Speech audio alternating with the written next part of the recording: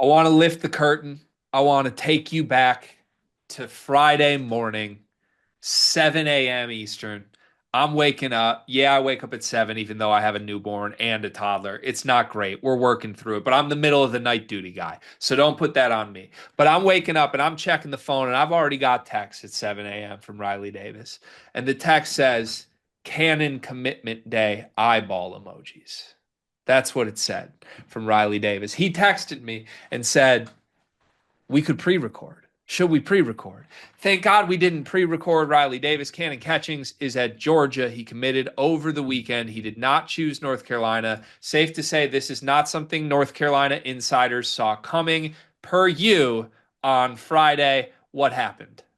One, respect me. It was on Saturday when I said it was Kanon Catchings commitment day. Two, I don't know what happened, Gregory. I don't know what fell through. All I know is that he was on campus on Friday.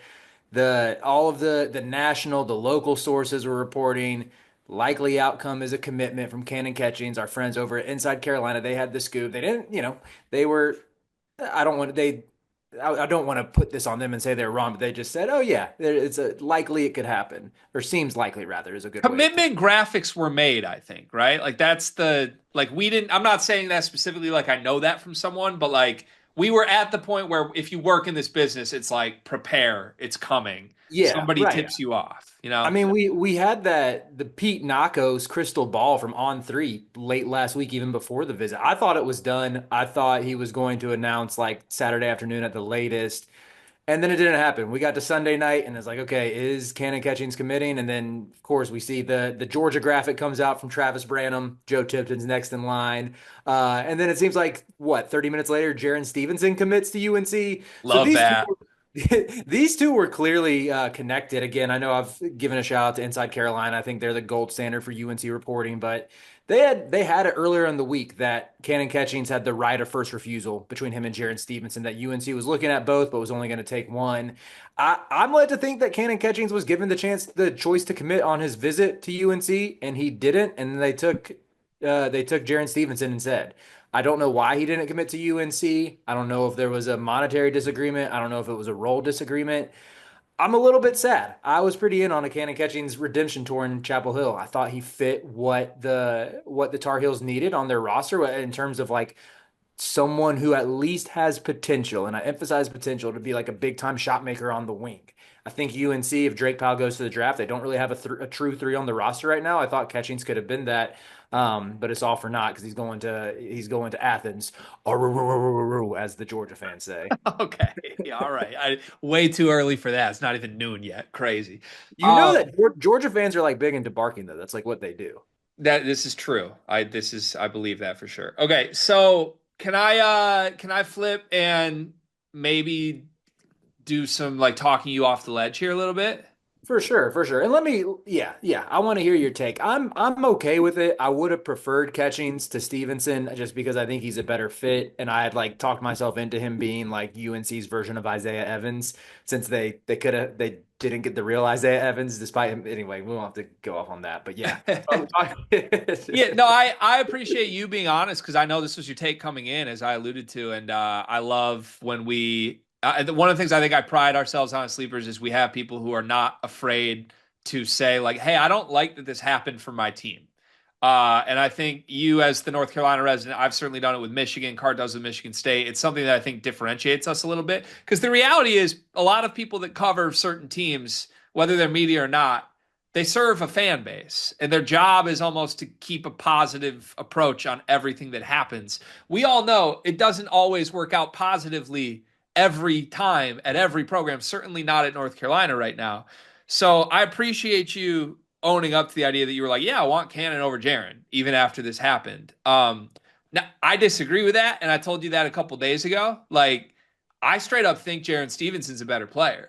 So I don't know how you got here, and I totally see your point on like the fit was probably better with a smaller, more perimeter oriented wing than Stevenson, but just point blank, there's a world that Cannon Catchings just does not become a good college basketball player. Jaron Stevenson, I feel very confident is a good college basketball player. He just has some limitations that didn't necessarily work in the Nate Oates system that I don't think will necessarily be what he's asked to do at North Carolina, and we'll probably see a much better version of him.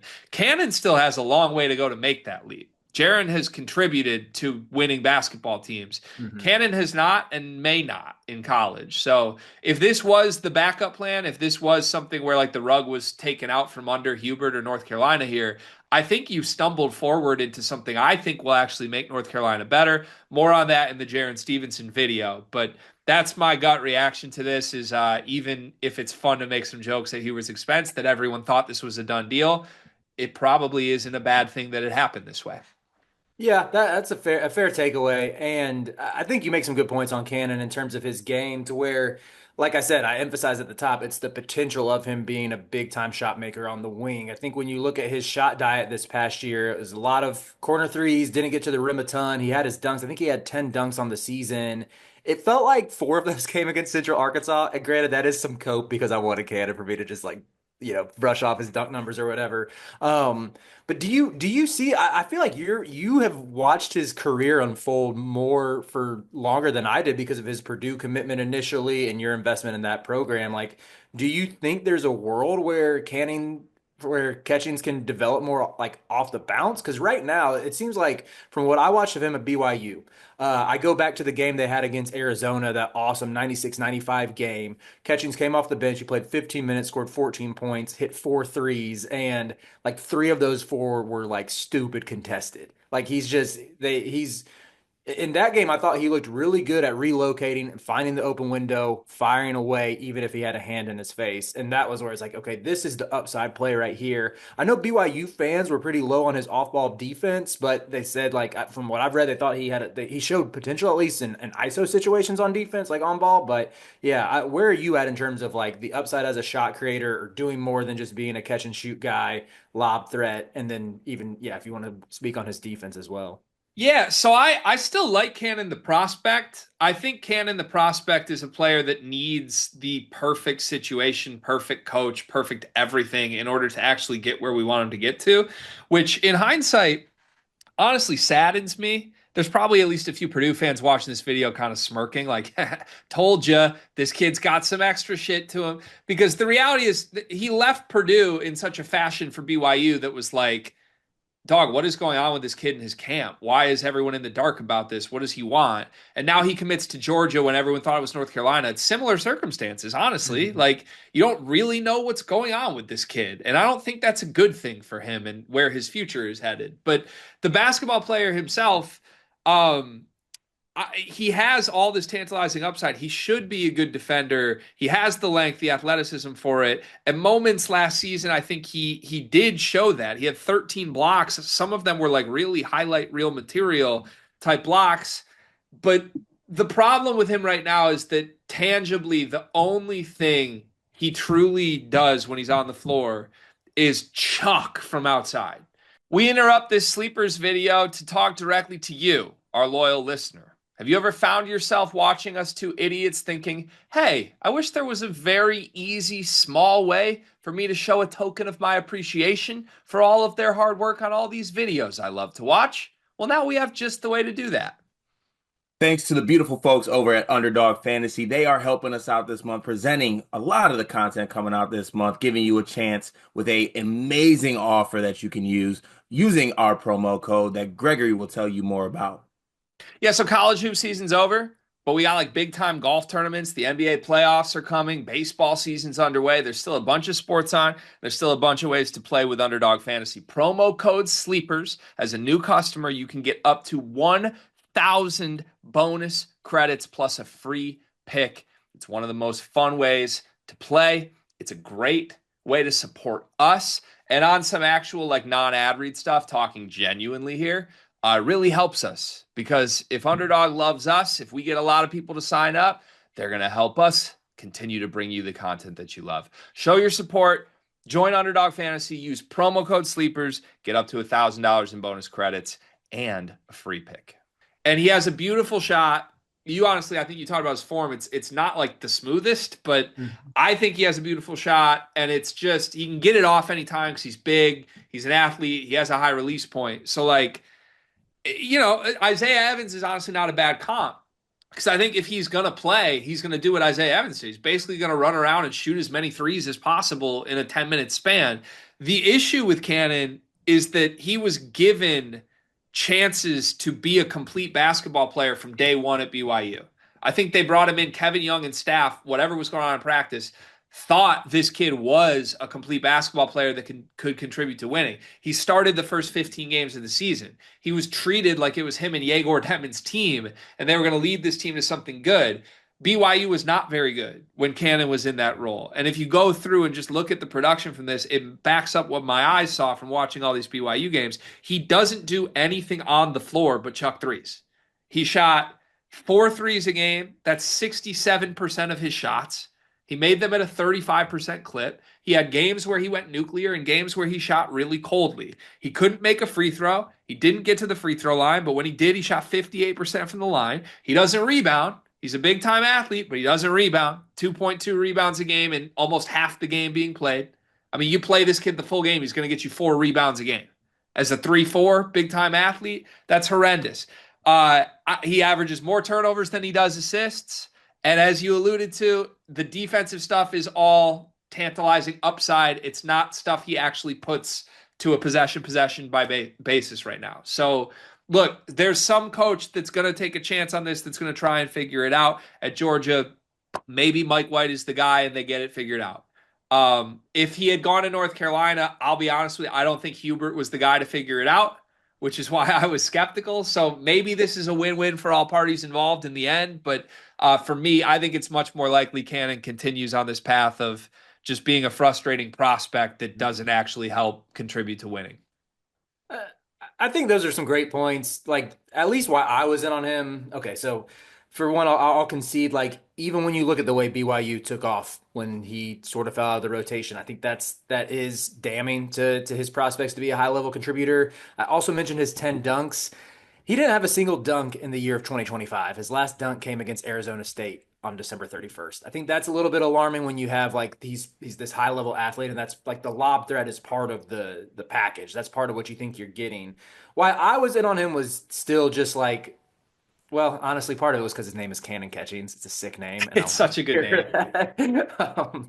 Like the highlights are so tantalizing. And with UNC, I am a fan of how UNC has done in the portal and how Hubert has operated, but I still am not entirely sure how the pieces will all fit. They just had a lot of needs to address, and I at least wanted a fun team, and I thought Kanon could provide that. Entertaining at the very least. But when I'm looking at this Georgia roster right now, I mean, he's stepping into what should be like a 35 minute a game role.